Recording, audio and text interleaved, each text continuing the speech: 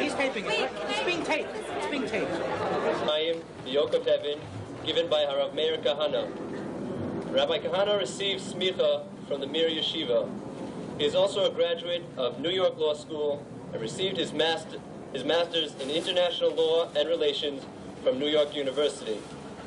Rabbi Kahane has devoted his entire life for Jewish causes, and he has done so with Mesirat Nefesh. He is also the founder of the JDL, as well as the Kach movement. Before the previous election, it was clear that Rabbi Kahane had a solid following in Israel, with polls showing that he would receive close to 200,000 votes. Unfortunately, his party was banned. Nonetheless, his efforts have brought major issues that were taboo in the Jewish community into the realm of public discussion. Rabbi Kahane is also the Rosh Yeshiva of Yeshivat HaRayon, the Jewish Idea, which is located in Yerushalayim. Now it is my distinct honor to introduce to you Rav Meir Kahane Shlita.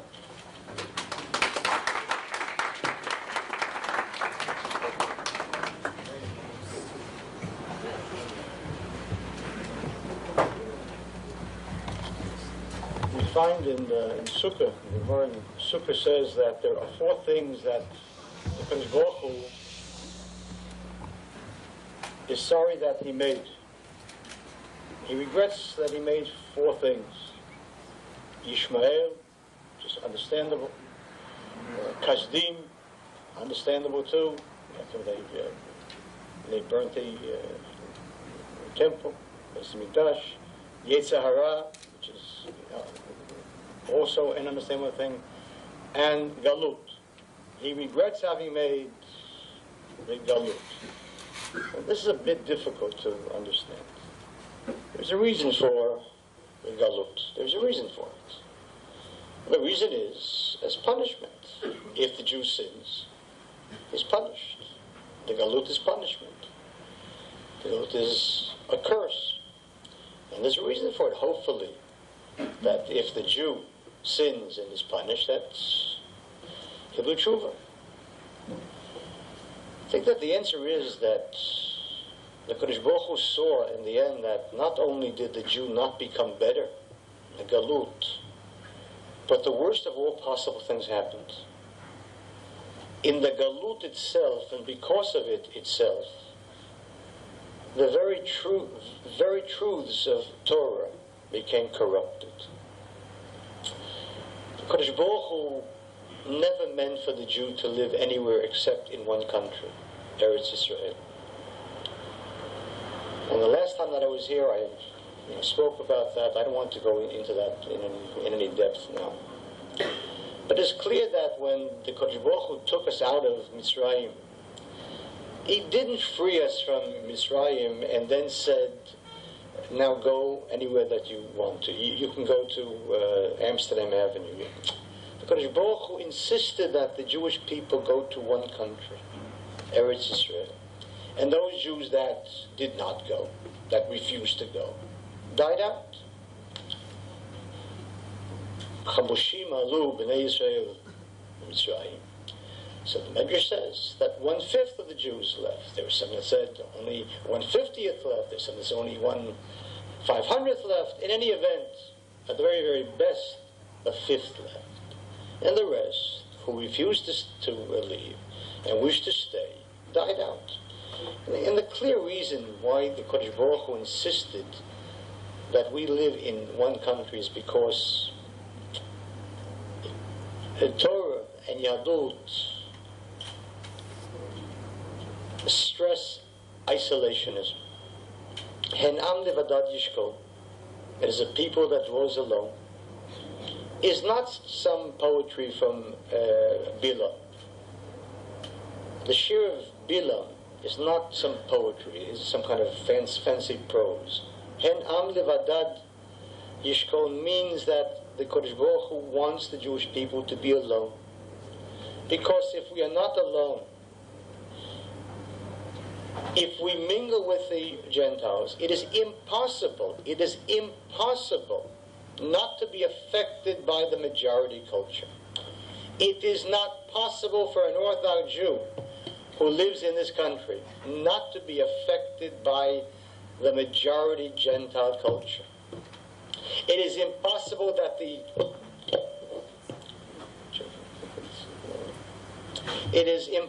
that the authenticity of Torah shall not be watered down and corrupted by the majority culture.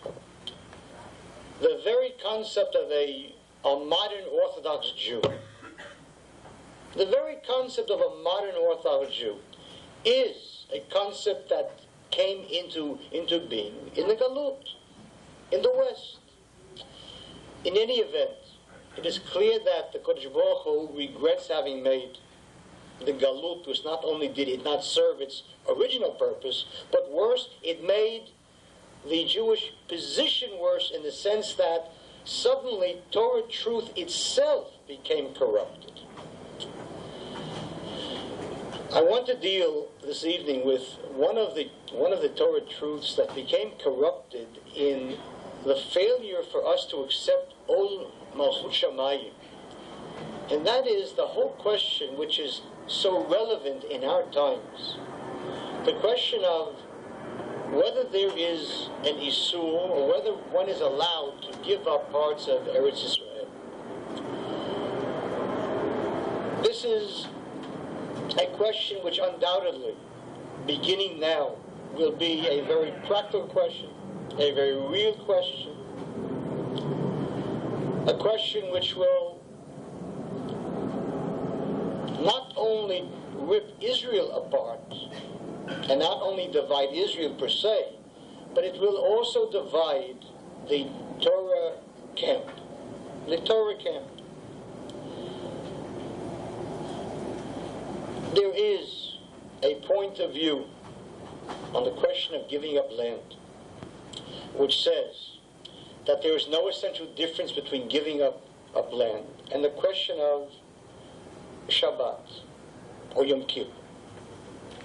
And the argument goes that just as we know that there is a halacha that except for three essential basic mitzvot,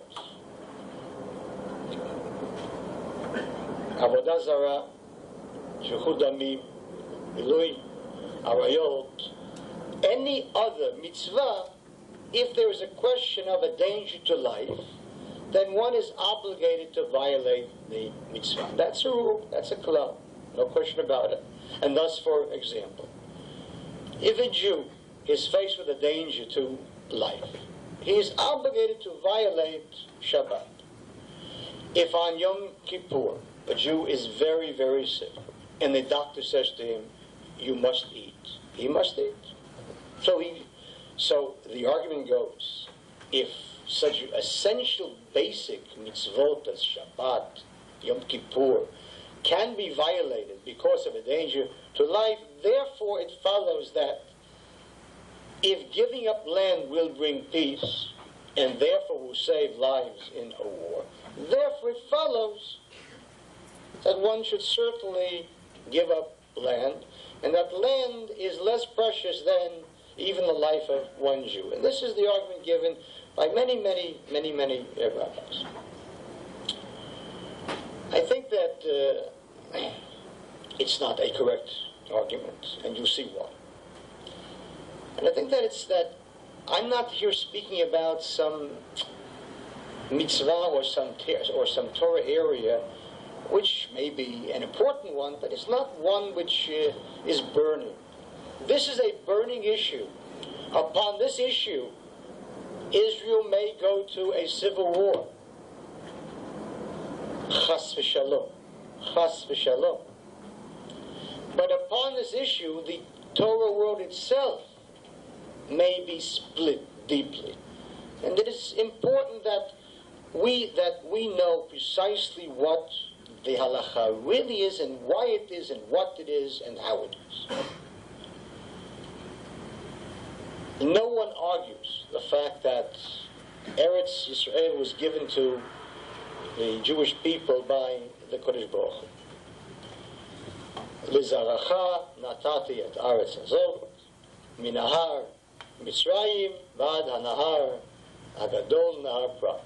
The pasuk. This is the pasuk in Bereshit, Perek Tetvav. The Kodesh Baruch Hu speaks to Avram Avinu, and he says, "This land from Nahar Mitzrayim," which, depending upon which of the poskim, farshim that you follow, is either the Nilus, according to let's say Rashi. Rashi says the Nilus.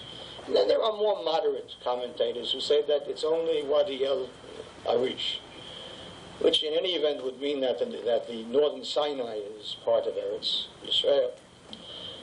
Unfortunately, the government of Israel doesn't follow either Rashi or the Ibn Ezra, what side you're going. In any event, that is clearly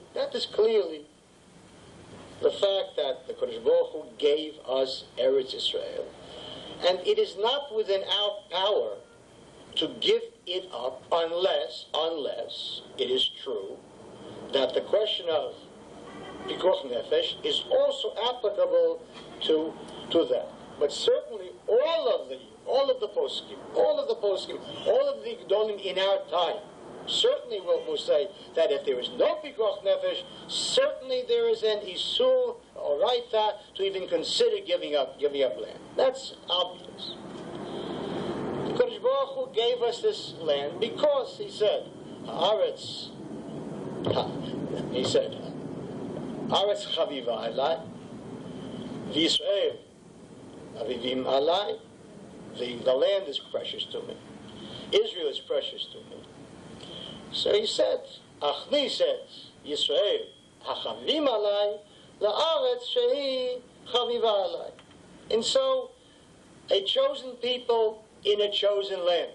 A chosen people in a chosen land. And I just thought, just briefly, that's why no one should be living in this country, and I don't understand what you are doing here. I just told this in that. Eretz Yisrael mikodeshet mikol ha'aratzot. This is the Mishnah Kalim. And it's clear that this is so. And the Ramban says the following. The Ramban says the following. I quote the Ramban. Shenistavenu lareshet ha'aretz asher natan hakel larech lavotenu lavraham liyitzchak u'liakov ve'lo nazva beyad zulatenu min ha'umot. We are not allowed to leave it in the hands of any of the nations. The Ramban holds that one is commanded to conquer the land, to start a war, and not to leave any of the land. This is what he says. And then he says, "V'zuhi Chazal karin ota milchemet mitzvah." He says this commandment to conquer the land is what Chazal call a milchemet mitzvah, a war of obligation. And that's what he says. The Rambam says in Ilchot Akum, Perek Vav, Lachavav, he says the following. Bizman sheyad yisrael tkifa, when the Jews have the power, asur lanu lahaniach akum benenu. We are not allowed to allow pagans to live in Eretz Yisrael. We're not allowed to let them live there. Ad she yikablu alehem sheva mitzvot shenistavenu.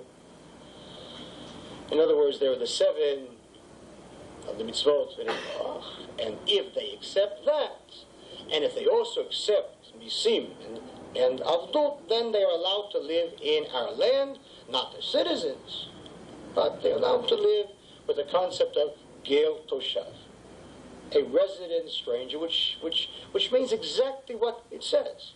He's a resident, but he is a stranger. He's not a citizen. He doesn't sit in the Knesset. So what does the Rambam say? That if they do not take it, if they do not, then we are not allowed to let them stay. Shenemar lo yeshvu b'artzecha. They are not allowed to live in your land. Afilu lefi sha'ah, even for a moment. And the Rambam holds you aren't even allowed to let them pass through the land as tourists. The Rabbi says, yeah, as tourists, yes. Right. What do we see from the Rambam? So the Rambam holds that even when we control the lands, even when even when our hand is kifa, even when we have the power, you are not allowed to let the non-Jew stay in that country unless he accepts upon himself the Zayim Mitzvot and Misimin Avdut. How much more so to give him sovereignty over that land where he can do whatever he wishes. So here too we see, and nobody argues with this, here too we see that one is not allowed to give up land. Again, the question arises, does this hold true even when there is a question of danger to life? That's always the question. That's always the question.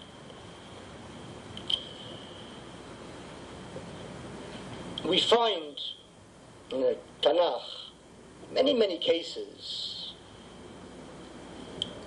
of nations going to war against the Jews. Many, many, many cases. Many, many cases. Many, many cases. We do not ever find one case. We never find one case, not one case, where when the nations came up against the Jews, not to force them to accept paganism and Avodah Zarah, but merely to take away land, or even less than that. We never find a single case in which a Jewish leader says, give them the land. We never find a single case in which he says, give them even less than land, even give them privilege. And the classic case is the case of one of the Shoftim, Yiftach Agiladi. Yiftach, he was a judge, not a judge like me, but a judge, a Shofet. Yiftach bidoro, Yishmuel bidoro. He was the Gadol of his time. He was the Gadol of his time. And so we find in Shoftim, Perek Yud Aleph, that Yiftach suddenly hears, Vayilachamu b'nei Ammon im Yisrael.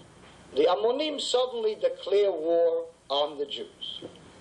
But you can picture him sitting in his office. And he hears the Ammon wants him. Why? Suddenly. So he sends a message. And he says, Mali valach. Well, what's this thing over here? Why don't I go to war with me? Why don't I have a war? I'm peaceful. And the Melech Bnei Ammon answers him as follows: Ki lakach Yisrael et artzi. You have occupied my land. When Bnei Israel came out of Mitzrayim, you occupied the land. Me'arnon ad Yabok v'ad Hayarden. And then he adds what appears to be a rather moderate statement. V'ata, and now, Hashiva eten b'shalom. Hashiva eten b'shalom. Just give me back the land and let peace. Obviously, this is one of the more moderate Arabs. He's from Jordan, after all. This is the East Bank. It wasn't the West Bank. He says, just give me back the East Bank. Now, surely, as soon as Israel State Radio or TV announced that, he said, Vata Hashiva ten Bishalom. So immediately, peace now gathered, and peace instantly gathered, and shalom miyad, and shalom toch 10 shniyot, and daila kibush, and hala kibush, and maspika kibush, and and God said, Vata shivaten bishalom. This is a modern Arab. What do you want? Give it back on bishalom. What do you want? War? If we have a war, then Jews are going to be killed. And what is he talking about? He's not talking about giving up Haifa or Tel Aviv or Yerushalayim. He's not even talking about the West Bank. He's talking about the East Bank. Give him the East Bank, and he's the East Bank. So clearly, a question here of halacha. Well, what do you do? Here is this Arab. So he's an Arab. What's the difference? Ammon, what's the difference? It doesn't matter. Here is this non-Jew, and he's offering peace. He says, "Look, you occupied my land," and that's true. That's no question about it. No question about it. The Jews occupied it. Sichon went to war. He lost, and as in most wars, losers lose. In normal countries, losers lose. Only in certain places do winners lose. So Sichon lost, and these are now occupied lands in Ammon's eyes. And he says, "Vata hashivaten bishalom." Give it back in peace. Yiftach does not give it back in peace. He doesn't give it back. And he says the following thing, and listen carefully to what he says, because in this lies, as you will see later, the whole concept of why one is not allowed to give up land under any circumstances. He says, you have an Elil named Kmosh. Kmosh was the Elil of Ammon, also of Ammon and Moab. Halo et asher Yorishcha Kmosh Elohecha. Whatever your God Kmosh gives you, Oto Tirash, that is yours, that you shall possess.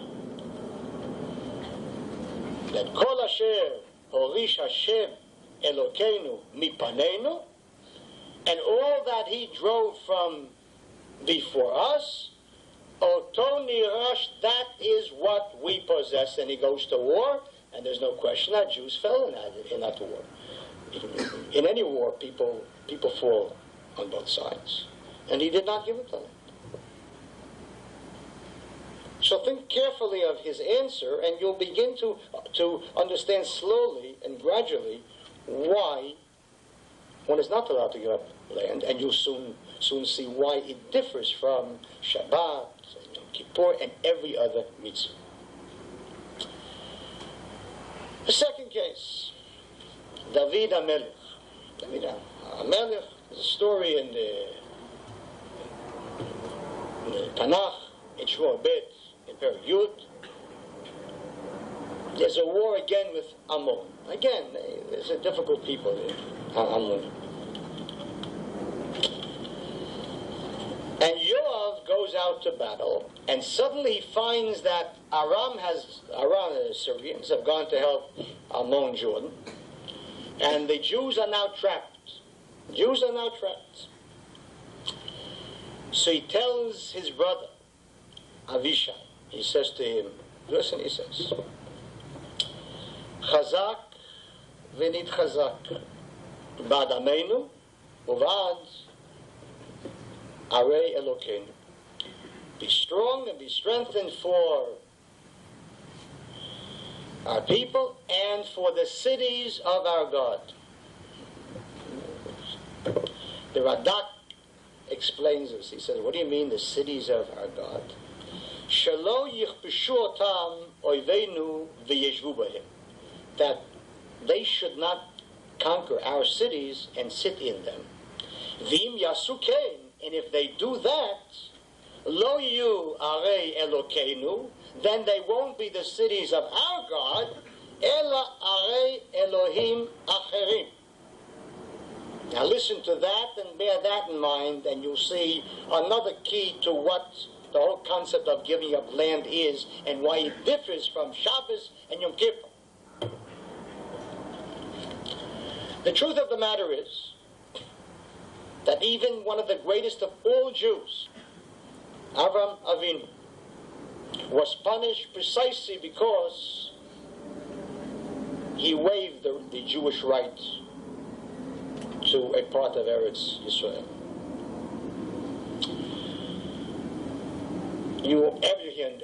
Everyone here knows the famous story how Avimelech, Melech Plishtim, came to Avraham Avinu and he said,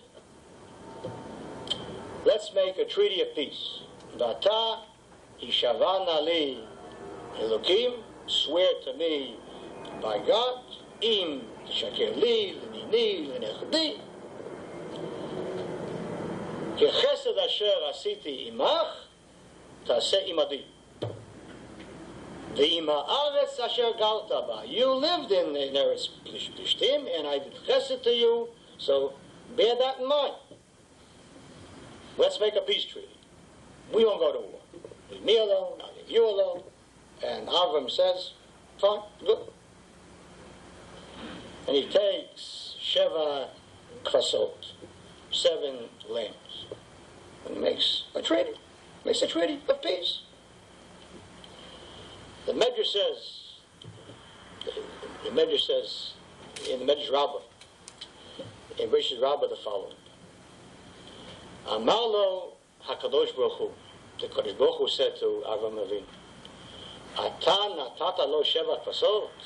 You gave him seven lambs as a sign of a treaty in which you allowed him to live, in which you said to him, I won't take away from you Eretz Plishtim. Eretz Plishtim is part of Eretz Yisrael. What kind of a treaty you have given? Chayecha shani mashe b'simchat anecha shiv'at dorot. 7 generations the Philistines will rule over you before you conquer them. Ta natata lo sheva kvasot kineged ken banav, his descendants, horgim mi banecha shivat tzadikim. They will kill 7 righteous Jews because of his sin. That was Shimshon, Chafdi, and Pinchas, and Shaul and his 3 sons, and so on. And there's other things. The Rashbam says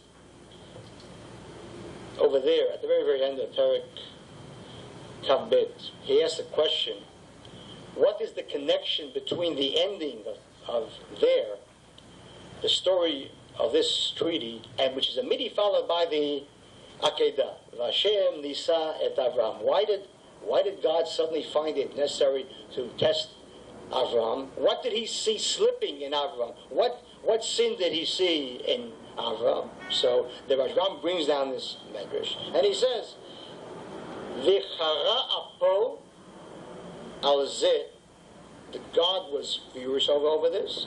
Shari Eretz Plishtim Nitan le'Avraham, that this is part of the promised land. Ubichlal Gvul Yisrael. And how does he go away for peace, giving up a part of Eretz Yisrael? And for that he was punished. That's the Medrash and the Rashbam. The question still arises. That's fine, this is good. But does that hold true even when there is a danger to life? Does that hold true?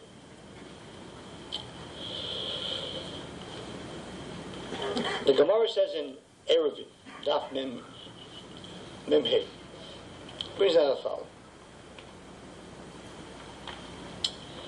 Be'ir hasmucha lasfar, in a city which is near the border.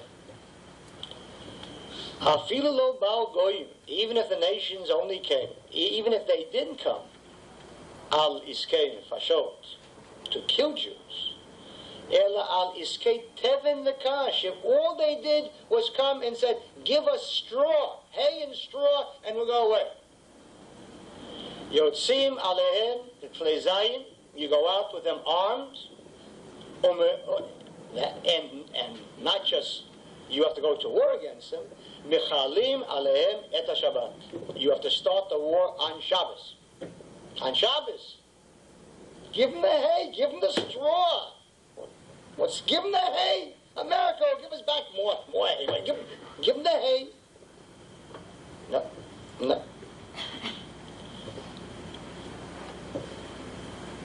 What's the reason for this? And they bring down as proof that David HaMelech, when he was running from Shaul, heard that the Plishtim had attacked Keilah. Keilah was a city. And right over here, Gemara says that it was a city al asfar. It was on the border. And the Plishtim came only for Tevin and Kash. And David asked in the Urim and Tumim, he said, should I go to war? It's only Tevin and Kash. And the Vajmo said, go to war. Go to war. Why? The answer lies in the whole concept of Milchemet Mitzvah. Listen carefully to this, because I find it difficult that people don't grasp this concept, which is all the difference between this mitzvah and every other mitzvah. The Rambam brings down in the Chot Melachim in Perek Hey, he says, Ein HaMelech Milcham Tchila Ela Milchemet Mitzvah. Kings don't go to war. There are two kinds of war in the Torah. Milchemet Mitzvah and Milchemet Rishut. Milchemet Rishut is only a war outside of Eretz Yisrael. There is no concept of a Milchemet Rishut inside Eretz Yisrael.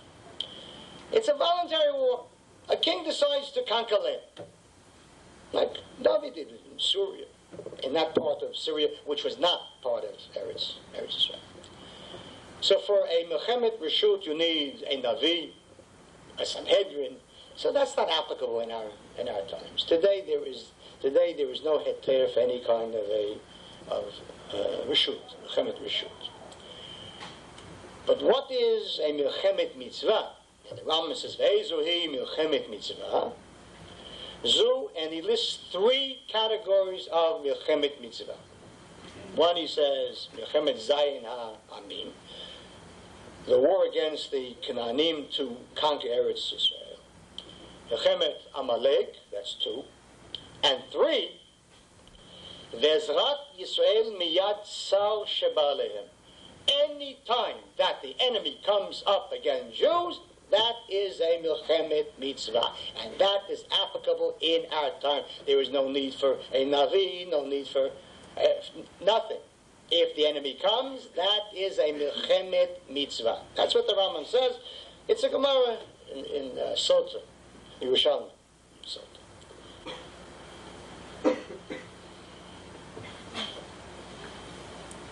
Ezrat Yisrael miyad sar sheba alehem. Miyad sar, when the enemy comes up against it. And he narrows this whole concept. What does it mean when the enemy comes up against it? What is he coming up for? Anytime or not? So we'll see what he means by yad, by sar sheba alehem. In Hilchot Ta'aniyot, the Rambam brings down the following. In Perek Bet, he says the following: Eilehen hatzarot shel hatzibur shemitanim u'matrim alehem. These are the public tragedies or the public problems or the public disasters that we have to fast, then we have to blow the shofar on it, and he brings down 1, 2, 3, 4, and then he says one of them is Al Hatzarat Sonei Yisrael Li Yisrael. Al Hatzarat Sonei Yisrael Li Yisrael. Keitzad Akum Sheba La Aroch Milchama Im Yisrael. When he goes to war against Jews, for what? O Lahatil Mehem Mas, O Likach Miadam Eretz. That is the category of Yatsal Sheba Alehem, whether he wants to take land or even misim, even tribute. That is a Milchemet Mitzvah. And that's why we saw in in Eruvin, that even when they come for Kash and Tevin, you have to go to war. You don't give them the Kash. Give them the Kash. No, you don't. Don't give them the Kash. You're not allowed to give them the Kash. Because that is a Mechemet Mitzvah, a war of obligation. So the question now arises, but maybe a war of obligation, if there's a danger, we aren't allowed to do it.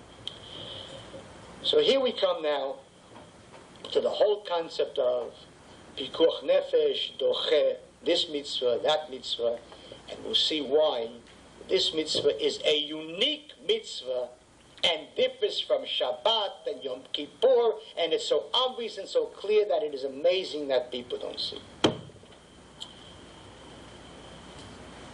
Why is one allowed to violate the Shabbos when there is a danger to life? Why? Think logically. Because the Shabbat is not dangerous per se. Usually, to keep Shabbos is not dangerous.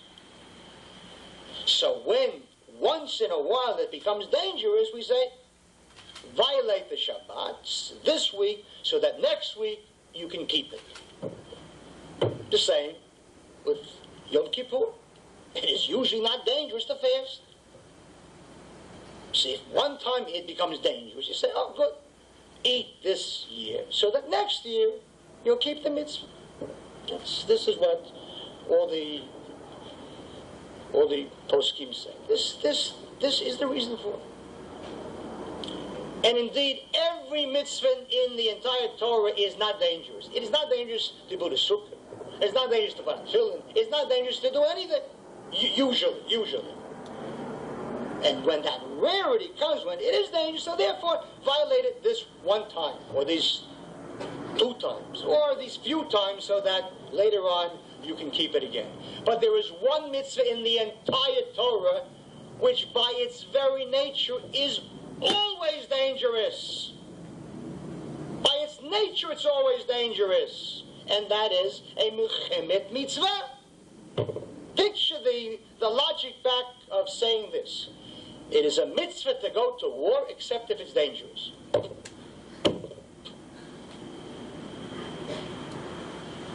The absurdity is so obvious. If we ever said, true, it is a mitzvah to go to war, as the Rambam brought down, if they ask for your land or anything else, there's no question about it, but only if it's not dangerous. If you made that argument, you would uproot a mitzvah from the Torah forever and permanently. And that's the difference. That's the difference. And that's why the Minchas Chinuch says exactly what I just said here. The Minchas Chinuch in Mitzvah Kaf Hey, talking about a Mechemet Mitzvah, says the following. Nehi, it is true, he says. The Kol HaMitzvot Nidchot Mipnei HaSakana. It's true that every mitzvah, if there is danger, they are set aside. The danger transcends the mitzvah. That's true. Mikol Makom, he says. Nevertheless, mitzvah zu, this mitzvah of a Mechemet mitzvah, HaTorah tzivta lilchom imahem. The Torah commanded you to go to war. V'yadua, and it is obvious, it is clear, it is known. The HaTorah lo tismoch dinim al nes. The Torah does not give you mitzvahs and promise you miracles. It didn't say, you go to war and don't worry, nothing bad is going to happen. The Torah does not do that. The Torah doesn't have miracles.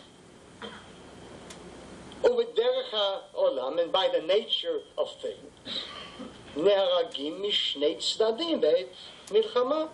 People die on both sides during a war. By the very nature of war. In Cain, therefore, we see the HaTorah gazra lilchom imahem aftehu sakana. The Torah orders to go to war even though there is a danger. In Cain, dichuya sakana b'makom zeh, it is the danger that is pushed aside, and not the mitzvah of going to war. Minchas chinuch. Logic. Of course this is so. There is no comparison between Yom Kippur and this. There is no comparison between any mitzvah and this is a unique mitzvah. This is a mitzvah in which God says, in this case, in certain cases, you must go to war. And since war by its very nature is dangerous, people have been known to die. Therefore, it shows that this is the one mitzvah in the whole Torah in which there is no concept of pikuach nefesh. The question is why? Why is it? What makes manishtana mitzvah zu mikol mitzvot? What makes this mitzvah different? Why does God say that if the enemy comes up and demands things, you have to go to war even though Jews will be killed? What? Why? And the answer lies in the concept of Kiddush Hashem. That's what Yoav meant when he said, if we lose this, our cities will become the cities of other gods. And that's a Chilul Hashem, because then they will appear to have the power. Then they will appear to be the true gods.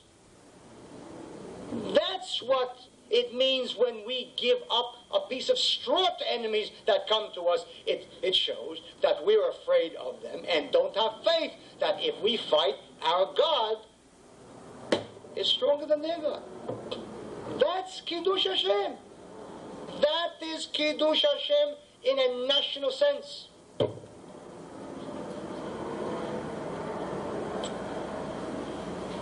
I don't know how many times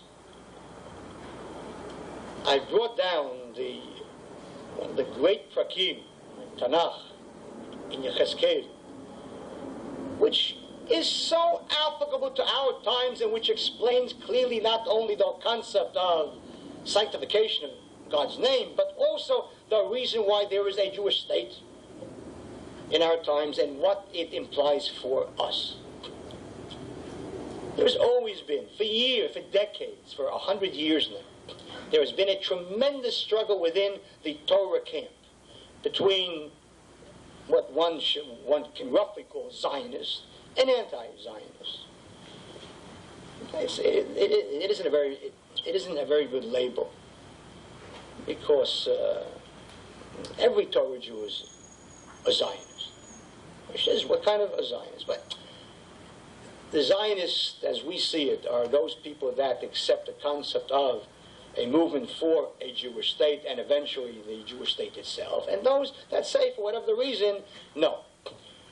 Essentially, the question that arises in our times in these debates between the anti-Zionists and the pro-Zionists within the Torah camp, the argument is this Medina, is Medinat Yisrael, is this God's hand? Is it God's hand or isn't it God's hand? So, the anti-Zionists say, don't God say, what are you talking, what are you crazy? Look who created this state. The first Medina that we had, a good Jew created. Yoshua put on tefillin, kept Shabbat. That was God's hand. Oh. The second state, Ezra, Nehemiah, they were good Jews. They saw intermarriage between Jews and non-Jews. They broke it physically. They were good Jews. Racist a little bit, but good Jews. Thank God that they didn't live in our times. But this state, and this is the argument given by this state is God's hand. Look who founded it. And Guyon and Sapir and Golda Meir and all the label of non-observant Jews, how can you say that this is God's hand? And generally the answer given by the Zionists within the Torah camp is, Satma. Now, but that's no answer. You can't just say Asatma.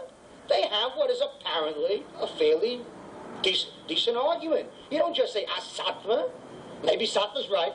Maybe. How do you know? Maybe he's right. So we have to understand what the state is, and that ties in clearly why one is not allowed to give up land and why one is not allowed to back away from the Arabs, and why every stone that is thrown by Arabs that a Jew is a Chilul Hashem. The Navi Yechezkel in Perek Lamed Vav explains one of the greatest tragedy in Jewish history is that Jews in the Torah world have stopped learning Tanakh. It is an abomination. It is an obscenity, and worst of all, one of the greatest reasons for the perversion of Jewish concepts within the Torah framework. Without Tanakh, you cannot understand Torah. Know that. That's why in Pirkei Avot, they set down the curriculum. There was a curriculum there, given by Chazal. Why Jews don't follow it, I don't know. I have no idea. Ben Chamesh, Limikra, at the age of 5, you learn Tanakh. You finish Tanakh. You don't just go to, I learned to Shmuel Bet, Melachim Al, Melachim Bet, and then I stopped because it was too hard to learn Yeshayahu. They learn Tanakh. They learn Tanakh. And on Tanakh, they then build the Mishnah. And on the Mishnah, then they build the Gemara. This is the way to learn. Don't start children at the Gemara at the age of 7. He learns about in Isha. He doesn't even know what in Isha is. Age 7. Tanakh, in any case. Yechezkel says the following. The Kodesh Baruch Hu speaks to him and he says the following. He talks about how the Jews sinned. Va'afitzotam bagoyim, vayizaru ba'aratzot. I scattered the Jews among the nations and dispersed them among the various countries in which they were. Vayavo el hagoyim asher ba'u. And they came onto the nations whither they happened to come. They went to Morocco, they went to Poland, they went to Yemen, they went to Washington Heights, Golas. What did they do there? Vayichalelu et Shem Kodshi. And there, among the nations, they desecrated my holy name. What in the world does he mean? What do you mean they desecrated my holy name? I was in Borough Park. My pleasure. Rabbis, Rabbis, Rebbitzins, mikveh, black socks, white, tremendous pleasure. What are you talking about? Every house, a shaitel and a chandelier, tremendous. What are you talking about? What is he talking about? Vayechalu et Shem Kodshi? So he explains. He goes right on, and he explains why. Vayechalu et Shem Kodshi, be'emor lehem, when the nation said concerning Jews, this is the people of Hashem, and we drove them out of their land. You know what? A chilul Hashem means, what a desecration of God's name means. Jewish defeat in the eyes of the non-Jew means that the Kodesh Baruch Hu is either weak or doesn't exist. For 2,000 years, the Catholic Church proved to us why they were right. They said, you see, you were driven from your land. You can never go back because you didn't accept the right God. For 2,000 years, that's what they proved to us. The essence of Auschwitz was not that the Germans murdered millions of Jews, but as they murdered them, they mocked them, and they said, where is your God? Let him help you now. And that's what David meant when he said, Lama yomru hagoyim ayei na elokehem. How long shall they keep saying and mocking us, where is their God? And as Rashi puts it, Shiflutam shel Yisrael chilu shemo. The degradation of the Jew is the desecration of God's name. And in order to understand what that means, you have to look at the Hebrew. The English isn't an exact kind of a translation. A chilul Hashem. It comes from the Hebrew word chalal. Chalal, which means empty or space, a vacuum. A vacuum. When there is a chilul Hashem, we empty God from the world. It is as if He doesn't exist there. Because the nations say, if there was a God in Israel, He would not let us do this to His people. That's chilul Hashem. So the galut per se, the very fact that we are here weak, and that we suffer pogroms and crusades and inquisitions and Auschwitzes, that per se is shiflutam shel Yisrael, the degradation of the Jew. And that is chilul Hashem in a national sense. So he continues, Vayachmol al shem kodshi, he said, I have pity on my holy name. Asher chilu beit Yisrael bagoyim. That the house of Israel degraded and desecrated by being among the nations. Therefore say unto the house of Israel, Lo lemanchem ani oseh beit Yisrael, that which I am about to do, to bring you back to your land, as you see soon. That which I am about to do, Lo lemanchem, it's not for your sake. You don't deserve it. Not that you're good. Lo lemanchem kim l'shem kodshi, because there's a certain point in Jewish history where the Kodesh Baruch Hu says, "Dai must speak." That's enough of desecration. So despite the fact that we don't deserve it, but in order to put an end to this continuous centuries and centuries of mocking God, so the Kodesh Baruch Hu decides to begin the Geula, not to finish it, to begin it. V'kidashti et shmi hagadol amchulal bagoyim. I will sanctify my name, which was desecrated.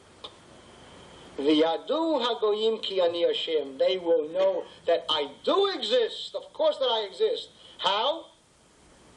V'hikadshi bachem le'enehim. When I sanctify myself through you. What do you mean through you? Through you. Just as God is desecrated through the Jews, when the nations oppress us and step on us and defeat us and gas us and burn us and kill us, so through us He is desecrated. So the converse is also true. I will cause a tremendous Kiddush Hashem through you, through your victory, through your coming back to Israel, through your prowess. That is how I will be sanctified through you. And he says,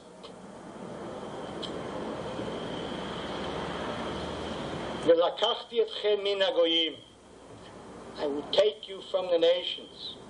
V'kibatzti etchem mikol haratzot, and I will gather you up from all the lands.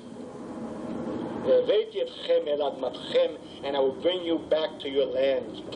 That is why there is a Jewish state, not because the ones that founded it were good Jews. They weren't good Jews. They weren't observant Jews.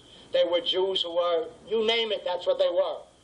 And the whole thing is irrelevant. It's irrelevant, not for their sake, but because after the epitome of the worst Chilul Hashem imaginable, the Holocaust, the Kodesh Baruch Hu said, "Dai must speak, enough."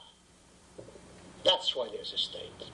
And that's why a milchemet mitzvah, any defeat, we Arabs come and demand land that we give up. How? It's not ours to give up.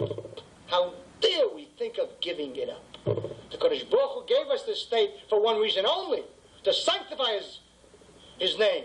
And we now go and give up land and retreat. That's why a milchemet mitzvah does not recognize for peace. We'll give up and we'll surrender and we'll give up this and so on. There is no such thing, because that is a chilul Hashem.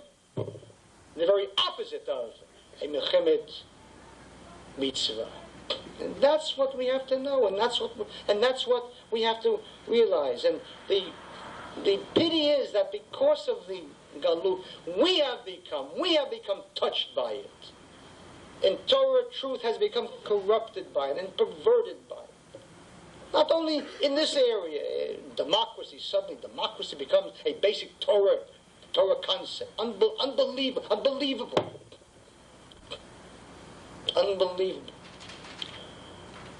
Democracy is a basic Torah concept. Where do you see such a thing? Where do you see such a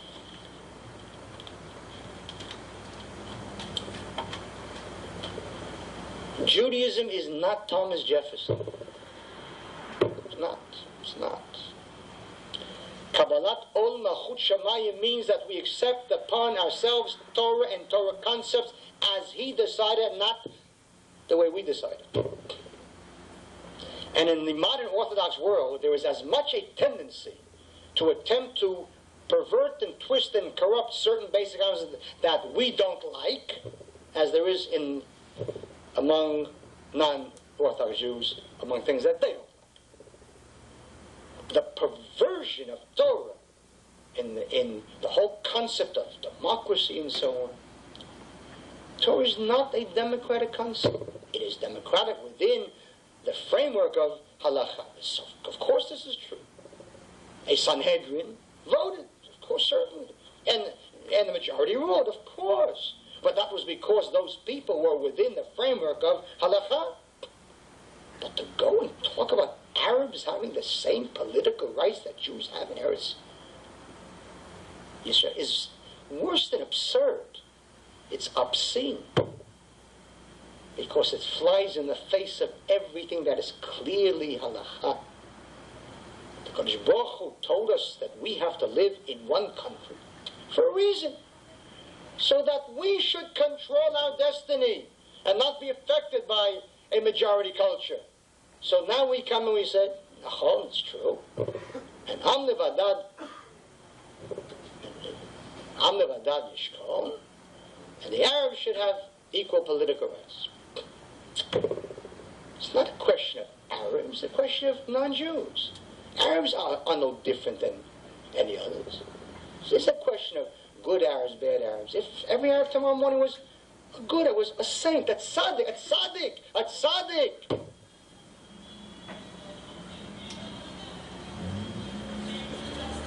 If Arafat tomorrow became, what can I tell you, the biggest Baal Tshuva that ever lived, he still would not be allowed to have the status of a Jew in Eretz Yisrael. That's the way it is. This is halakha.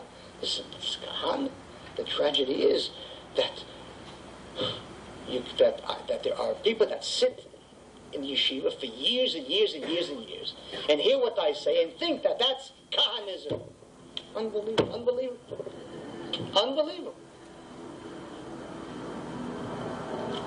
Just one Rambam. Just because I didn't come to really talk about Arabs today. I can't do that. Just one Rambam. Chot Melachim Perek Aleph. Som Tasim Alecha Melech. A pasuk in the Chumash, in Parashat Shoftim, in Yud Zayin. Som Tasim, which in the English is usually translated as, thou shalt surely place upon yourself a king. That's good for English, but we'll see that that's not exactly good in the Gemara. Som Tasim Lechman. Mikerev Achecha Tasim Alecha Melech. From amongst your brethren, from Jews, shall you appoint a king. Lo tuchal latet alecha ish nochri. You are not allowed to appoint a stranger, not a Jew. So the Gemara, this Rambam is based on a Gemara. And the Gemara says, in Yevamot, why does it say Som Tasim? Say Tasim. What is Som Tasim? So the Gemara is not impressed by the poetry of it. Thou shalt surely. Why Som? Then nothing is extra. So it says, Kol Misima Asher Atasam, any authority that you appoint, Lo Yeh Ela Mekerev Achecha, shall only be from Jews. And the Rambam says, V'lo lemalchut bilvad. This doesn't only refer to a king. Ela lekol scharot shel b'Yisrael, to any authority in Israel. Afilu mimuneh al amat hamayim, even a pakid, even a clerk in the area, in Teddy Kalek's area.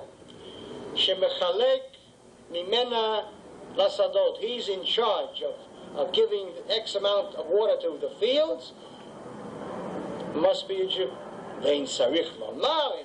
Rambam says it's obviously it isn't even necessary for me to even say a dayan, a judge, or a nasi, or a chaver knesset. Shelo yeh ela mIsrael. Kol nisimot shata mesim lo yu ela mikerev achecha. Now that is not exactly a model of democracy. Because it is not democracy. Because it's Torah. And if we don't like it, we have a choice. You don't like it, choose democracy. But don't ever pervert Torah and say this is really what Torah says when it doesn't say it. Be a giver. Be a man. Have the courage to say, I opt for democracy and against Torah. Say it. But don't pervert Torah. Don't pervert. You can choose. The Kodesh Baruch Hu gave us the power to choose. To choose. You can choose life, you can choose death, you can choose Torah, you can choose good and evil, but you can't call good evil and you can't call evil good. That you have no right to. That you have no power to. The Kitzur,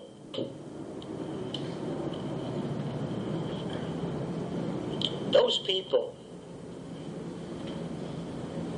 those Gedolim, of course, who paskin in this way concerning the question of giving up land, that it is not allowed to, because for all the obvious reasons that I gave.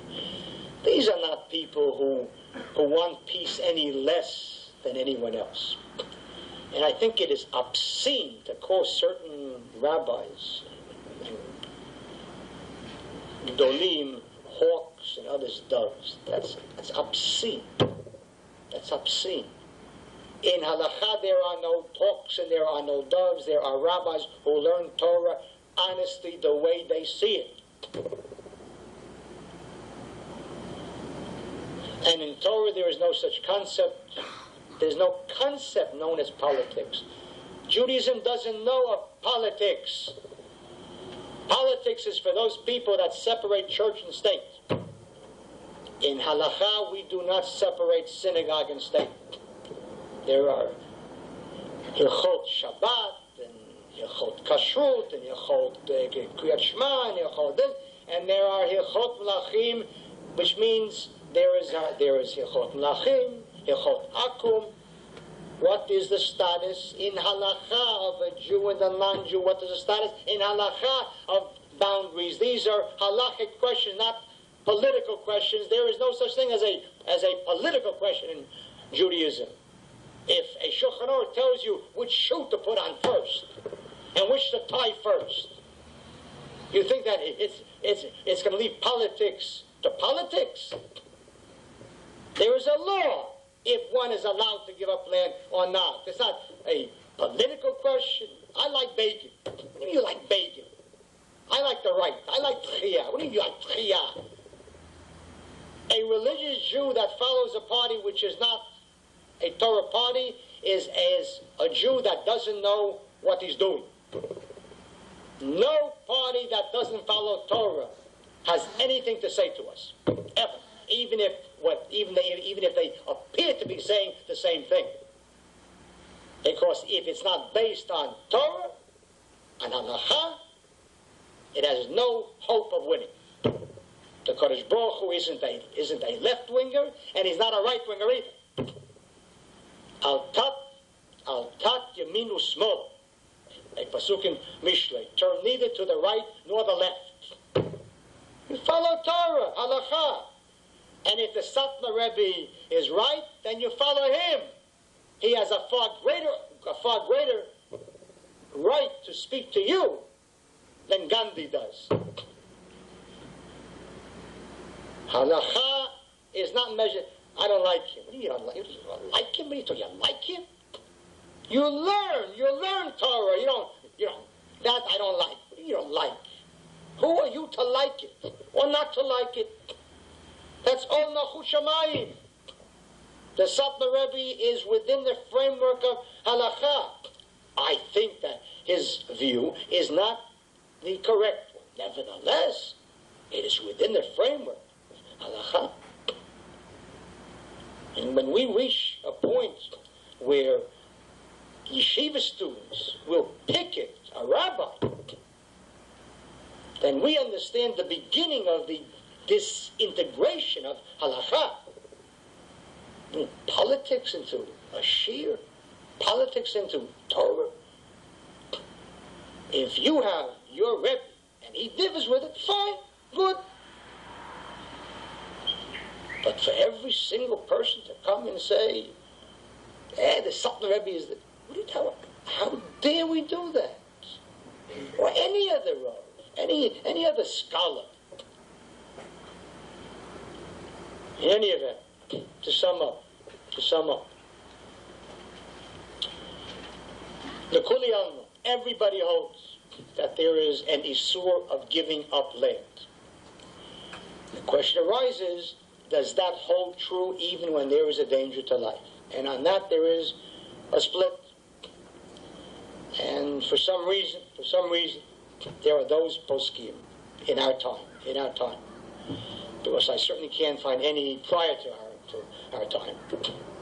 There are those poskim in our time that hold that for the sake of peace, it is similar to that if there is a question of peace or war and a danger to life, then giving up land is precisely similar to Yom Kippur and Shabbat and so on. I hold that that is not true, and that is a fundamental error, and the Minchas Chinuch here brings it down clearly. The fundamental difference between a Milchemet Mitzvah, of which giving up land is an essential part, as we saw. A Milchemet Mitzvah differs from all the other 612 mitzvot in that other ones, except for the basic three, in which aren't allowed for other reasons. But any other mitzvah where there's a danger to life, you must violate the mitzvah, because the mitzvah per se is never dangerous, and therefore it is a phenomenon that now it is dangerous. Tomorrow it won't be dangerous. So therefore violate it now and live so that you can keep it tomorrow. But there is one mitzvah in the Torah which by its nature per se, it was created dangerously, and that's called Milchemet Mitzvah. A war of obligation. All wars are dangerous, always. There is always danger in a war. There's always danger. Jews will always fall in a war. And despite that, it is called a Milchemet Mitzvah, a war of obligation. That is why it is not comparable to any other of the mitzvot. And therefore as the Minchas Chinuch said, that the sakana is the chuya. We push aside the sakana and not the milchama. Any questions? Yes. Yeah. You're talking about applying halakha to matters of the Jewish state today, but then why not go all the way with the halakha when you say that Arabs don't have the right to vote or take office? Yeah. I didn't say it. In Israel. Yeah. You're saying that democracy doesn't apply, yet you propose having a democracy for Jews. Halakha doesn't have Jews or Arabs voting, so why not? Aren't you also mixing Torah with a non-Jewish concept? Absolutely not. Absolutely not. The question, if we would attempt to impose as a minority that form of government upon the majority, you would guarantee a civil war between Jews. And that would be the worst disaster that could happen to the Jewish people. The worst disaster. I certainly do believe that if we can convince a majority, even a thin majority, to impose Torah law, then we of course do it. Because then you take away from them their argument about a civil war. The worst thing in the world would be a civil war. God forbid, never even think of such a thing. And the civil war would follow as night follows day. If we as 15% or 20% would attempt to impose upon 80% of the Jews halakha. Of course you're absolutely right. Of course it isn't right to do it. But in this case, the civil war is dochedat for certain. For certain. And you don't find in the entire Tanakh that any Novi got up on his own and called upon the people, on his own, called upon the people to overthrow the king and start civil war and so on. But you're absolutely right. No question about it. Democracy is not a Jewish concept. And the great tragedy is that we have to, because of love of Jews, that we have to hold back. And we have to, in a sense, waive this thing. And how do you know your policy towards Arabs won't cause a civil war within the Jewish community? Because there is no mitzvah to love enemies, we're talking about. What are we talking about? What kind of comparison is that? What kind of comparison is that? We know that this is the halakha, and that if we do that, then God will help us. But over here, if there's a civil war and Jews die, there can be nothing worse than that. Nothing worse than that. I don't easily say that. Listen, believe me, it pains me. It pains me because I know that the Kodesh Baruch Hu, if the Jewish people don't follow Torah, that there's going to be tragedy in Israel. So I sit on the one hand, I don't want to have a civil war, and on the other hand, I see that if we continue in this way, I don't even want to think about what will happen. The Kodesh Baruch Hu is not going to sit by quietly. He isn't a kind of a Santa Claus. Everything, ho, fun, yeah, everything's nice. The Kodesh Baruch Hu has char and onesh too. It isn't a happy thing. It isn't happy. Yes. With regard to Gedolah, you speak about the Gedolah. Do you have the goal that you follow? If you have the goal that you follow, what about the concept of Haram? First of all, there's no such concept of that in our times. When there is a Sanhedrin, that is what it says. Within the framework, there was the Sanhedrin. You have to follow the rules. That's for sure. Today, there is no Sanhedrin, so nobody follows Gedolim. You follow your Godol. You follow your Godol. The proof is, if all the Gedolim in the world would say yes, and let's say the Bozer would say no, who would the Bozer people follow? 5 guesses. Who would they follow? And they'd be right, because nowadays there is no authority. Each Gadol is an authority for his Talmidim. And furthermore, you don't have to stick with that Gadol. In other words, many times throughout recent history, people switch the yeshiva, they switch this, they switch. And in short, if you are learning at a certain time with a certain Gadol, you are obligated to follow that Gadol. But you're not married to him. And many times. Rabbi Akiva Eiger's grandson became a chassid, and his father sat shiva for him. In those days, it wasn't. That was a tremendous thing. So how could he become a chassid? Because you have to have every Jew in his entire life, in every moment of his life, has to have his gadol. Everyone has to have a gadol. But no one has gedolim. He has a gadol. He has a gadol. And if your gadol says something, if you hold that this is it, then you have to follow it until you switch. If you're learning in this yeshiva, you have a gadol. So who's your gadol? You're asking me? First of all, it's none of your business. That's the first thing. Nevertheless, I will tell you. First of all, it's none of your business, really. Nevertheless, I will tell you. The Sephardic chief rabbi, Mordechai Eliyahu, is the one that I go to when I have a question. When I don't have a question, I don't go to him. I received smicha, and I didn't get smicha and his phone number. I know how to learn. And when I have a kasha, a shaila, I go to him. Just as you don't ask a shaila on every chicken that you eat. You have a shaila, you ask on the chicken. If you don't know something, you ask. And that is how it is. When I have shailas, I go to him. And he is my gadol. Okay?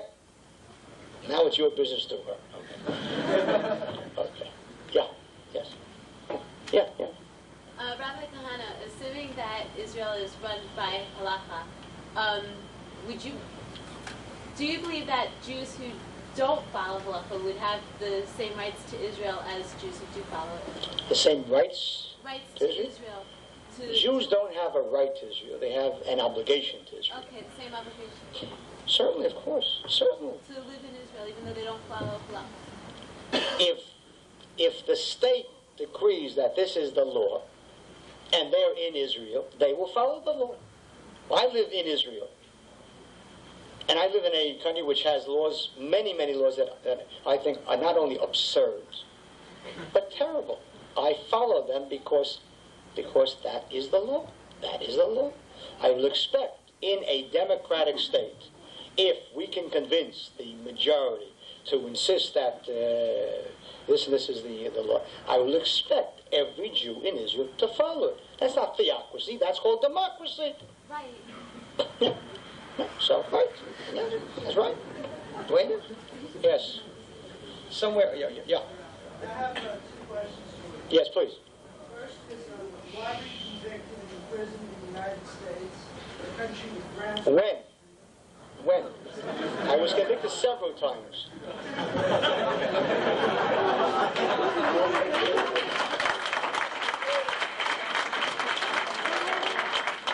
I will try to give you the various reasons. I mean, the various convictions and the reasons. Yes. What? Yeah, go on, finish your question. I wasn't talking about any specific conviction. Okay. More or less whether that contradicts being rabbi or Rosh Yeah. Okay, good. Second question is, all of us have an obligation, all Jews have an obligation to live in Israel. Yeah. Why is it that you did not give up your U.S. citizenship, and in essence had it stripped by the United States government when you assumed a seat in Knesset? All right. As to your first question, among the many times that I've been found guilty, I'll just try and pick out. Every one of them was when I violated the law on behalf of Jews. I sat for a year in prison, in federal prison, for Russian Jews. You may think today that the Soviet Jewish problem was always there and Jews were always fighting for it, but that's because you're young. Before you were born, the average Jew in this country never knew that there was a Soviet Jewish issue. So I violated the law. We bombed Russian buildings and put the story on page 1. I'm proud of it. It was a mitzvah. It was a mitzvah. And 250,000 Soviet Jews got out of the Soviet Union from those days, when before that no one was getting out. And any Jew that did not get arrested in those days will have to answer to the great judge someday. No, but I'm now speaking. Now, it disturbs me tremendously that a Jew with a kippah doesn't have the understanding that in the 1940s, precisely because Jews did not do the kinds of things that they should have done, violating the law, so as to raise the question of the Holocaust, because of that, because they sat like what you apparently think rabbis should sit, 6 million Jews died. It wasn't only the Germans that killed them. It was Jewish silence that was a rather loud partner to that crime. When I learned that, I decided that I would never, ever do what the generation that preceded me did. I'm overjoyed that we took the Soviet Jewish issue, which was an unknown thing, and we put it on page 1. And in the news media, the only way to get on page 1 is to give them, as they say in Israel, action.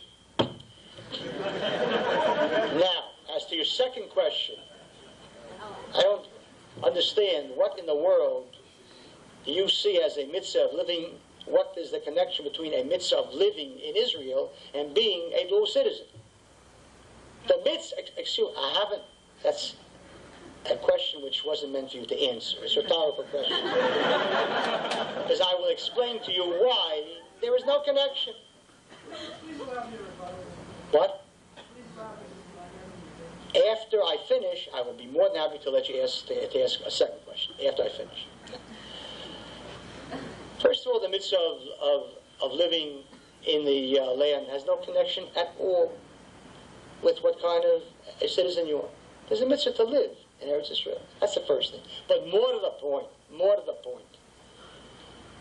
The reason why I want to keep the citizenship is because I know that if I ever gave it up, they would never give me a visa to enter the country so that I could teach you what Judaism is.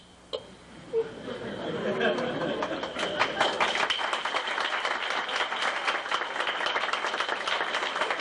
I made my offer to the U.S. government. I said, if you will promise me that when I want to visit America, you'll give me a visa, here's my citizenship. They said no. I know them. I'm barred from Canada today. I'm barred from England today. I know what would happen to me if I wasn't a citizen of this country. That's why I want to keep this in, only for that reason. Yeah. Back to the first question. Back to my first question. From the law, deliberately, when you had an opportunity to open your mouth legally and speak out against Soviet Jewry. That's where the problem comes in. You didn't break the law in the Soviet Union. Secondly, you deliberately kept the back door open for you to leave Israel and come back to the United States. Because if the visa problem was really, if the visa was really a problem, you would have been here tonight. You know, one of the great problems is I don't mind ignorance, and I don't even mind sometimes arrogance, but the arrogance of ignorance is incredible. Excuse me a minute. Now you be quiet. Now it's my turn. A little derech eretz. If you don't have Torah, at least derech eretz. Why don't you ask me how did I get? How am I here? Rather than babbling like an ignoramus, I'm here because the State Department allowed me in for consultation with my attorneys. That's what the letter says. I have no right. It is their chesed. Why don't you ask me the question, how did you get in, rather than making that absurd chutzpah comment? The tragedy is that I have a hearing in May, and if I lose that hearing, I will not be allowed to come into this country. And coming back to your other statement about You could have protested legally. Oh, no question about it, of course. Brezhnev was absolutely happy. Just Kahane will get up and make speeches, and then he'll say, you know, you persuaded me. What we did was, the Russians couldn't care less about speeches or letters. What we did was we threatened the détente between America and the Soviet Union. When we bombed the Amtorg office, the trade office of the Soviet Union, and the next day, the then ambassador to the UN, Charles Yost, phoned me. He phoned me at the JL office. He didn't usually phone me. We're from different schools. And he asked me, Rabbi, please come down immediately. And he met me in the lobby of the U.S. mission to the UN on First Avenue. And he said, Rabbi, you're harming American foreign policy. I then knew that we were going to win. And I said to him, Mr. Yost, that's precisely my purpose. If the Russians want a détente, then let them pay. Let them pay by letting out our Jews. That bombing was a page 1 story. Where would my speech have appeared in the New York Times? Where would your speech have appeared? Where would anybody's speech have appeared? The New York Times doesn't put speeches on page 1 except if it's from George Bush. So, I went to prison. You think that I enjoyed sitting in prison for a year without a wife and family? You think that I enjoyed that? What we did was using the Mesirut Nefesh, self-sacrifice, for Jews whom we loved. And that's an obligation, and the tragedy is that more Jews didn't do that, and worse, that Jews didn't do that 50 years ago, when so many more Russian Jews might have been free. Yes. Yeah. Yeah. Rabbi Kahane, today in Israel there's a variety of Torah parties. Yes. Now, if the view is as simple as you made it tonight, Yeah. and I'm not saying that it is or it's not, how come they don't agree with you? Because there seems to be a variety of opinions. I think that anytime someone asks me that question, I can only say to them, ask them. Ask them. If you want to know why I say something, you come to me. You say, Rabbi, why do you think so? And I can answer you. I can't answer why I presented for you something. I presented for you. I think it makes a great deal of sense. The Minchas Chinuch thinks it makes a great deal of sense. Yeah, I think that you should come. I hope you took notes and said, Kahane said for so-and-so and so-and-so. Go to a representative of Agudah, or Shas, or Mavdal, or Degel HaTorah, and say, it sounds good. What's wrong with it? What's wrong with it? And maybe they'll tell you what's wrong with it. My problem is that I write Sfarim, not just books. I write Sfarim. And I send it to great, great rabbis. And I ask for, is it right? Is it wrong? Give me... And nobody answers me. Nobody answers me. I don't mind being told you're wrong. Tell me I'm wrong and tell me why. What other Rambam didn't I see? What other Rashbam didn't? What other Ramban? What other Posek didn't I see? Tell me. But not to get answers is unbelievable. I had trouble speaking here tonight. If you think that, luckily, it's a great, great tragedy that I'm not the widow of Sadat.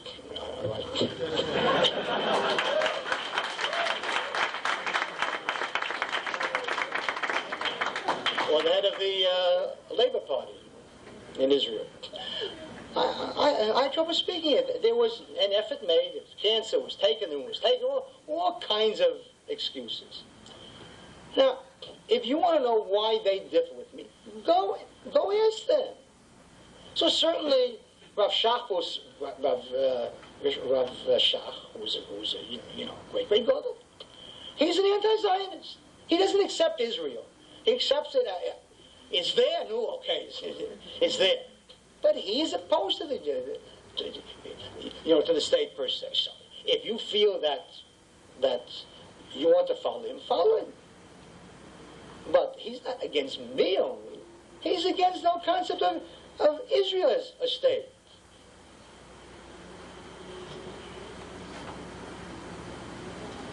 And others also.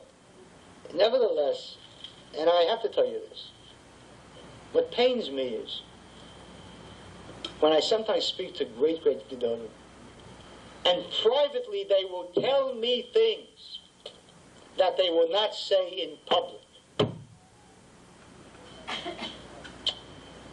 Right before I was banned by the High Court in Israel, High Court. You can't go lower. But when I was banned, 2 weeks before, I went to certain great rabbis, and I asked for a letter to the High Court. Not that I'm right. I didn't say that. I don't want to be carried away by extremism, but just in the letter to say that the things that I say are within the Mizgeret shel halacha, within the framework of halacha. Maybe he's wrong, but he bases it upon halacha as he sees it. If I would have gotten that letter, the way the anti-racist bill was couched, if you base your views upon a sefer dat and so on and so forth, you shall not be deemed to be a racist. So it was an important letter to me. I couldn't get a letter. The day I was banned, 2 hours after I was banned, I suddenly heard on Israel radio that one particular great rabbi, one of the leading rabbis, said Rav Kahane is a great scholar and he bases his views upon Torah. I didn't ask from him a eulogy. I wanted a letter. Now, why did he say that after I was banned? Why didn't he give me the letter before I was banned? I don't know. And I tried to ask him. Yeah, let's move from... Yeah, yes. Like two somewhat unrelated questions. Excuse me. Number one, what do you think would be the situation in regard to Russian Jewry and Press Jewry in general, and also in regard to Jewish poor and in general non-Orthodox Jewry, if the JDL had had the resources then that, let's say, the Federation has now? If you would have had those resources, what do you think you would have been able to do? What sort of projects would you have employed? That's number one. Number two... Wait. All right. Hold on 1 second. I'm not sure. I'm not sure I understand the question. Are you asking how would things look today if after JDL? That's the question. Things have gone according to your plans, right? Look, when JDL started, the federations were simply not giving money to yeshivas. It's very, very hard living now and knowing how things were 20 years ago. The yeshivas were not getting funds from the federations. There was no such thing as an anti-poverty program for Jews in the federations. It didn't exist. Jews in East New York and in Brownsville and in the South Bronx and in Mattapan and Boston and in areas of Philadelphia and so on lived in abject terror. There was terror there. So certainly what JDL did was, through various measures of breaking the law. Of course we broke the law. Naturally, how else could we make these fat and wealthy and powerful people move? We took over the Federation offices 5 consecutive days. We held it 5 consecutive days. We kept answering the phones. Shalom, JDL. The truth of the matter is that I was arrested and we were fined and so on and so on. But the truth is that today the Federation does give money to yeshivas. And there is a Jewish anti-poverty program. And it's a good thing. And they should be given credit for it. But know who started it. And when certain activist rabbis now chain themselves to the Soviet mission, that's tremendous. But I know how that started. Because when we did it in 1969, Everybody condemned us. Everybody, from Reform, Conservative, Orthodox, gay, everybody. Everybody condemned us. Everybody did. So it would have been a different world. 250,000 Soviet Jews got out. Do you know what that means? It's a tremendous thing. And I'm delighted today to see ads in the Jewish press, help us make Russian Jews frum, by certain groups that condemned us for doing the things which got those Jews out, so that now they can make them frum. Yeah, I want to move from, yeah. All right, let me go into my second question. The issue of Jewish women in Arab villages, it's, from what I hear, it's somewhat of a crisis now on a small proportion. But could you please elaborate on the situation and what the Israeli government is doing, if anything, and what the other groups are doing about this issue? Israel has 5,000 Jewish women married to Arabs. I'm not talking about those that live, the others that live with them. 5,000 Jewish women are married to Arabs. Now, understand that because of the law in Israel, the only way that she could marry him is by becoming Muslim. And there was 5,000 Jewish women converted to Islam. And most of them live in Arab villages, mostly in the Mishulash and the Galil. One does not envy the life, not only of a Jewish woman in an Arab village, of Arab women. Nevertheless, many of the Jewish women go through a double hell. First of all, being the wife in a Muslim village or town. But more important, no matter the fact that they are now Muslims, they are looked upon always as Jews. We receive many requests from the families of these women who have gotten a request from the women to contact us and to take them out of the village. It's not easy. If you think that one day they decide, well, I'm going to now leave, it's not true. They are terrified. They are terrified. The Arab will simply come right after them because the Arabs are not terrified. So we have a hostel. We have a hostel in which we keep the women and the children. And it's known as a hostel, so nobody bothers them. What does the government do? The government doesn't do anything because it's democracy. And once the woman became a Muslim, so she is under Muslim law. And Muslim law states that the children are of the father and not of the mother. And the law of Israel recognizes the right of the Qadi, the Muslim judge, rather than the Dayan in this issue. Every time we take those children away, we have broken the law in Israel. We break the law. And there are all kinds of summonses and warrants for my arrest and other people's arrest and so on. When I was in the Knesset, that didn't bother me because they couldn't arrest me. Now they can arrest me. And who knows? I mean, who knows what they'll do? Who knows what they'll do?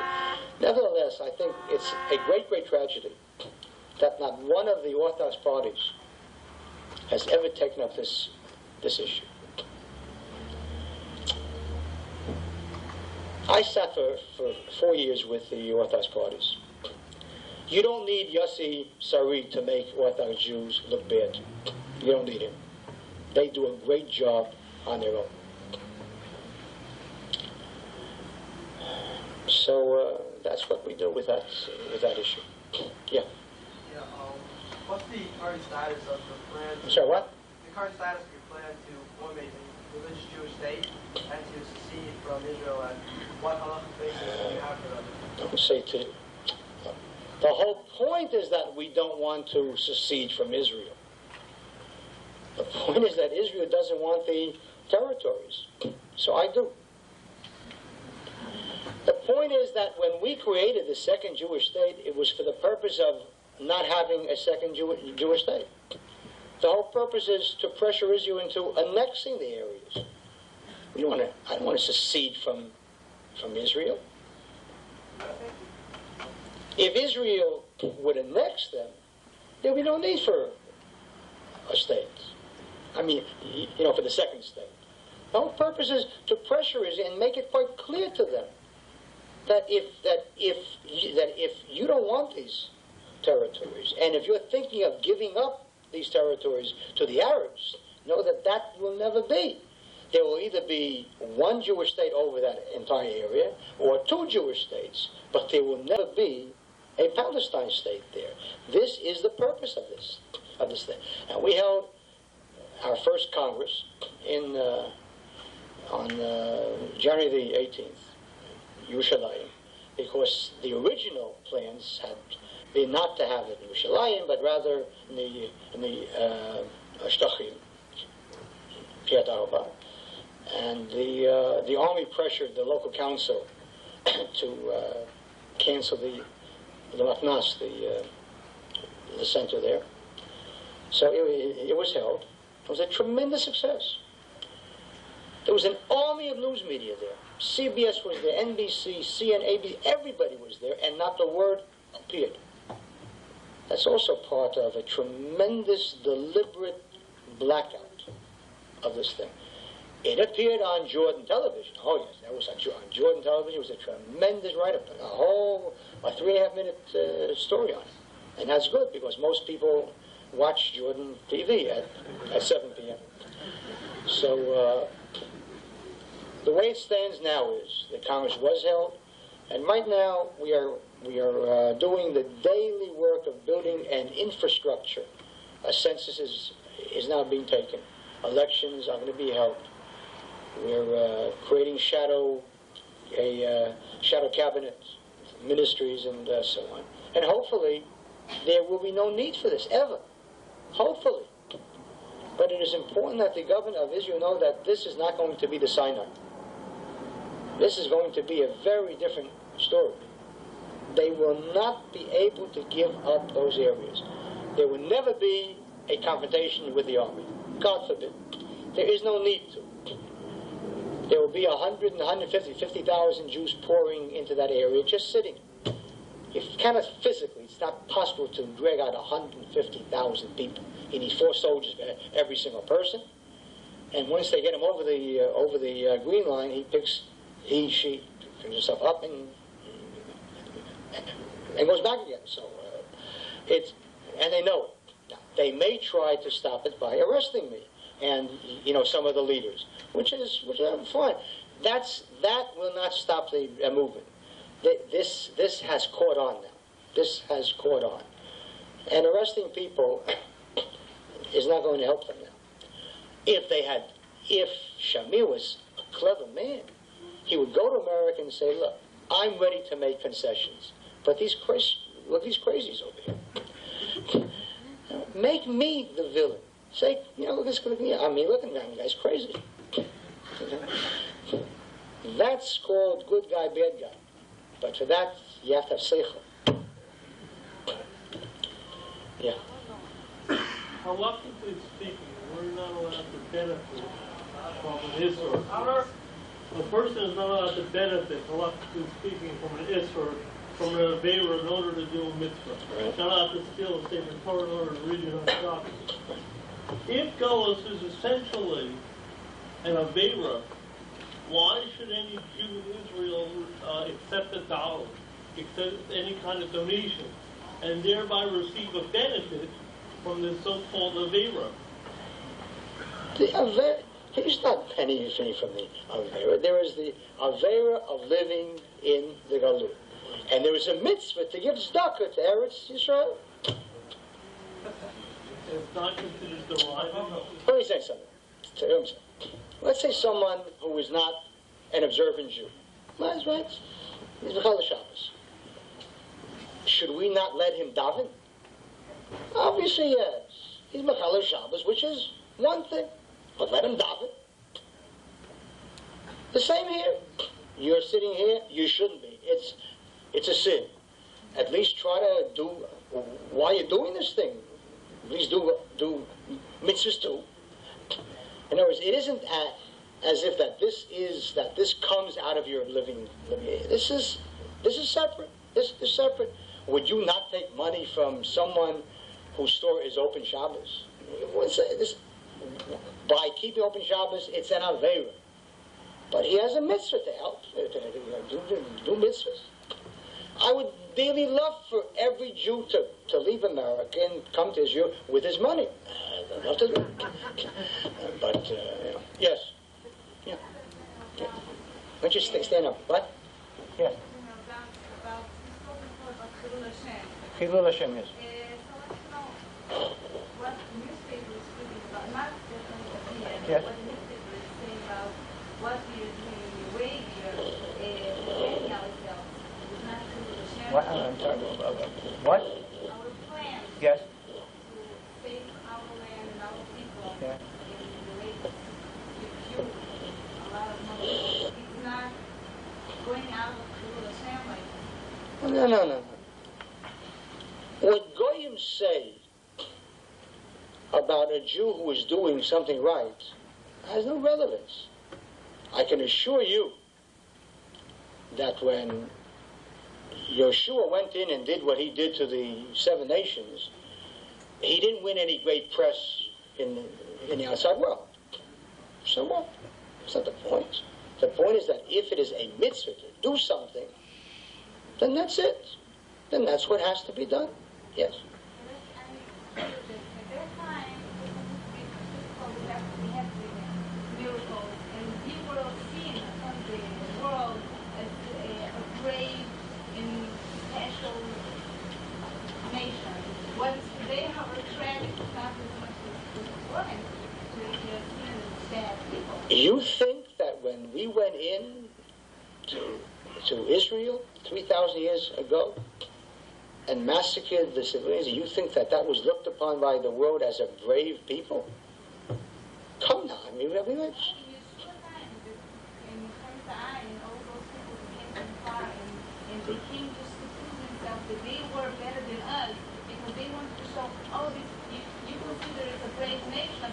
We try to be better than us, better than us. they try to save themselves. What do you mean they try to be better than us? They were afraid that we would kill them also. And that's the only reason why they came. We're going to get better. I want to tell you something. Many things in Torah bring down sinah upon us. The rabbis asked, why was the mountain called Sinai? Shemisham Yalda Sinah Yisrael. From there, hatred came from the world. When Jews call themselves the chosen people, do you know how many Gentiles get angry? So therefore, you're going to stop being chosen? I think it is great to be chosen. And if any Gentile wants to be chosen, join us, become a Jew properly, and you'll be as chosen as I am. Rabbi, one more question. Yeah. One more question. One more question? Yes, okay. Yes. What I wanted to ask is if you believe that you really have some strong rational points here, and I think you've won over a good deal of the audience tonight, what I want to know is how come your movement in Israel makes such strong use of non-Jewish, essentially fascist paraphernalia such as yellow shirts, slogans, and symbols? Do you feel this is what your followers really need? Listen, let me are you bothered about yellow shirts? What if I had blue shirts? You mean any shirts? Any shirts, right? So therefore, you don't like the fact that, for example, Bnei Akiva wears uniform shirts, right? That's also bad to you, right? When was the last time you got up and made that statement to someone from Bnei Akiva? Tell me. Anyway, wait. Look. First of all, you must understand that we are going to a Jewish people which unfortunately and tragically has been turned away from Judaism and from truth, and has tragically been brought low from a position where they were once high. For example, there has yet to be written the definitive book on what was done to the Sephardic Jews in Israel. I want to tell you, if you want to talk about racism, that was racism, what was done to Sephardic Jews. We're taking people who were on a tremendous level of kedusha and holiness and so on, and taking them and ripping from them all of their Judaism, all of their Yiddishkeit, and bringing them into a world that they had never known before. What Moroccan Jew knew murder and robbery and rape and bank robbery? Whoever knew of such things in Morocco or in Iraq or in Libya, whoever knew of such things, they were taught that when they came to Israel. Therefore, I now come to people that I have to win over. You think that if I come to some development or some neighborhood and I give this kind of shiur, do you think that they're going to stand and listen to me? You have to win them over by the kinds of things, by emotion, before you can raise them up to the point where they understand you should be a good Jew, not through emotion, but through Torah. I live in the real world. I live in the real world. The world isn't some kind of a kollel. In a kollel, you can sit and have the perfect world. And believe me, I sat in a kollel for 6 years, and it was a pleasure. But in the real world, Jews are suffering, and you have to live in that world. And I would like to change that world, but in the meantime, I'm living in that world. Why is it that the same Jew in that development town who wouldn't look twice at Mafdal or Aguda or Dega, can't stand the Dusim. He loves me. He grabs me. Gever ata gever. Why? Because I speak to him about the things that he wants to hear. And if he'll love me, he'll also accept from me eventually Shabbos too. He'll never accept Shabbos from Rav Shach. Never. He'll accept it, if there's any hope, it's from me. Because I come into his neighborhood. I speak his language. What am I going to speak to him? Torah? I wish I could. I wish I could do it, and then he would listen and say, Nachon, ata tzodek. But that's not how it is today. We're paying the tragic price for what was done to them over the last 40 years, and Orthodox Jews did nothing about it. That's the tragedy. Is that it? I'm sorry, I was just told that that's it. I'm sorry. Shalom, shalom. Thank you very much, Rabbi Kahane. If anyone would care to help us form a Kach society here or in Stern, please see me after you enjoy the